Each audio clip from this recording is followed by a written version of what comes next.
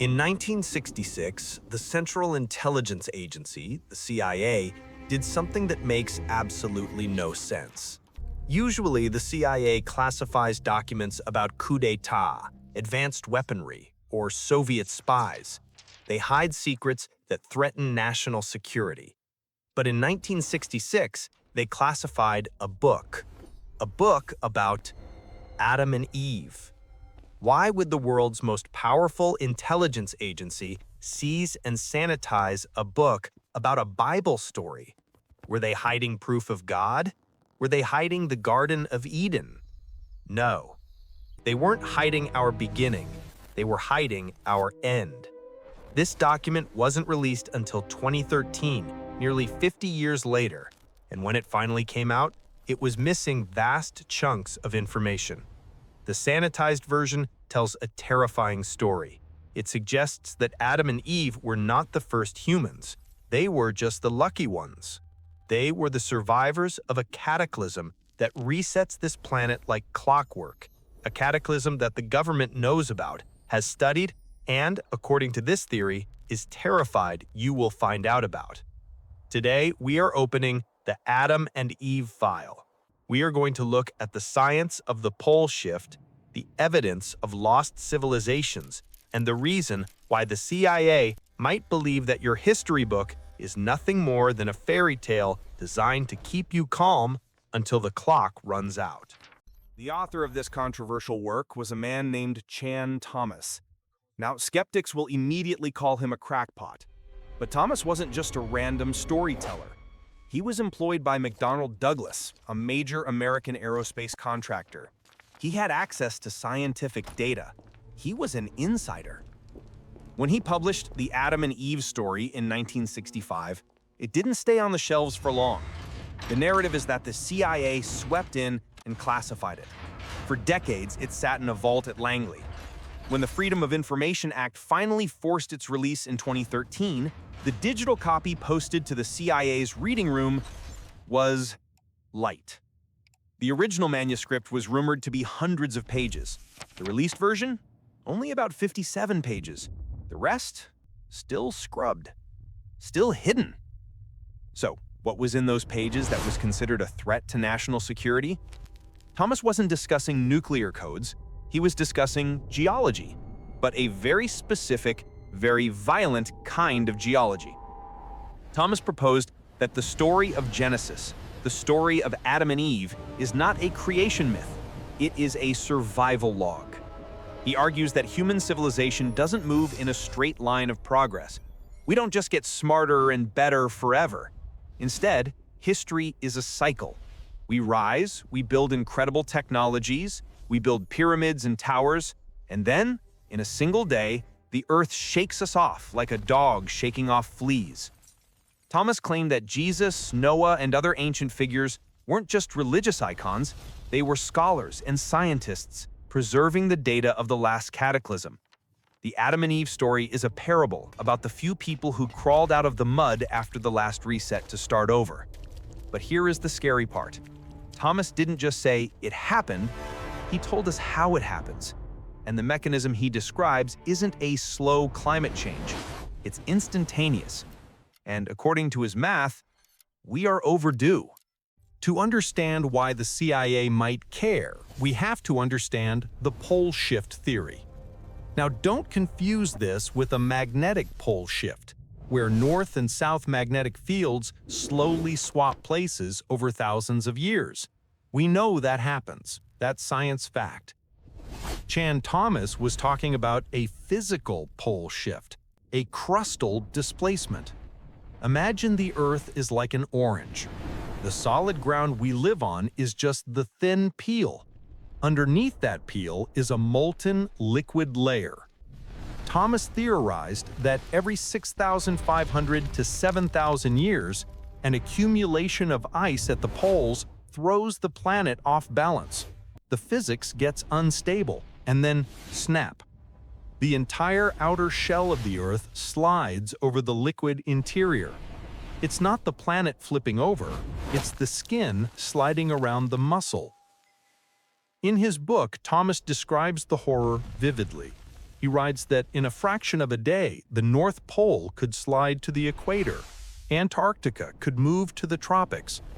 But think about the momentum. The Earth is spinning at 1,000 miles per hour at the equator. If the crust suddenly shifts 90 degrees, the atmosphere and the oceans don't stop instantly. They keep moving. This creates supersonic winds, winds traveling faster than the speed of sound, atomizing buildings, trees, and people instantly. And then comes the water. Not a tide, not a tsunami, but a global oceanic slosh. Oceans leaving their basins and washing over continents at thousands of miles per hour.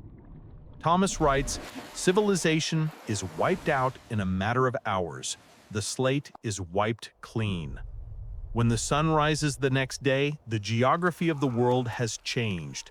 Survivors, if there are any, crawl out of caves or high mountain peaks. They have lost everything: their technology, their history, their tools. They are back to the Stone Age. They are the new Adam and Eve, and the story begins again. I know what you're thinking. This sounds like a Hollywood movie. Where's the proof? If this happened just 6,000 or 12,000 years ago, wouldn't we see it? Thomas and later researchers point to one specific anomaly that mainstream science struggles to explain: the frozen mammoths of Siberia. In the early 1900s, the Berezova mammoth was found frozen in the Siberian permafrost. It was preserved so perfectly that its meat was still red. But here is the smoking gun. In its mouth and stomach, they found undigested buttercups and brasses. Buttercups don't grow in the Arctic. They grow in temperate climates. And for food to remain undigested in the stomach, the animal had to die instantly. But not just die, it had to be flash frozen. To freeze a creature that massive, with food still in its mouth, the temperature would have to drop from a comfortable summer day to 150 degrees below zero in a matter of hours. A slow climate change like an ice age takes centuries. It doesn't freeze a flower in a stomach. The crustal displacement theory explains this perfectly. Siberia wasn't in the Arctic. It was in a temperate zone. The shift happened, the land moved to the pole, the wind froze the animal instantly. End of story. Then look at Tiahuanaco in South America, an ancient city sitting 12,000 feet above sea level in the Andes. The ruins are baffling. They found fossilized sea creatures and saltwater remnants. Why would a city at 12,000 feet have an oceanic port? Unless, thousands of years ago, it wasn't at 12,000 feet. The land was thrust upwards where the ocean was thrown over the mountains during a cataclysmic shift. Thomas argues that geology isn't slow, it's violent, and the evidence is scattered all over the globe, hidden in plain sight, labeled as anomalies, because they don't fit the safe, slow textbook timeline. So back to the big question: why classify this? If this is just a scientific theory, why not let people read it and debate it? Imagine if the US government confirmed that this cycle is real. Imagine if NASA came out tomorrow and said, hey, every 6,000 years the world flips over and we are currently in year 6,500. Who would go to work? Who would pay taxes? The stock market would evaporate. Religion would collapse or become radicalized. Society functions on the promise of tomorrow. Take away tomorrow, and you take away control. There is a famous document called the Brookings Report, commissioned by NASA in the 60s, around the same time Thomas wrote his book. It studied the implications of finding extraterrestrial life or earth-shattering truths. The conclusion? Society might disintegrate. The recommendation? If the truth is too shattering, keep it secret. If the CIA believed there was even a 1% chance that Chan Thomas was right, they had to bury it. Not to protect the past, but to maintain order in the present. They need us to believe in uniformitarianism, the idea that change is slow, predictable, and safe. Catastrophism is bad for business.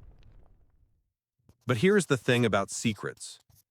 You can hide a document, you can sanitize a book, but you cannot hide the magnetic field of the Earth.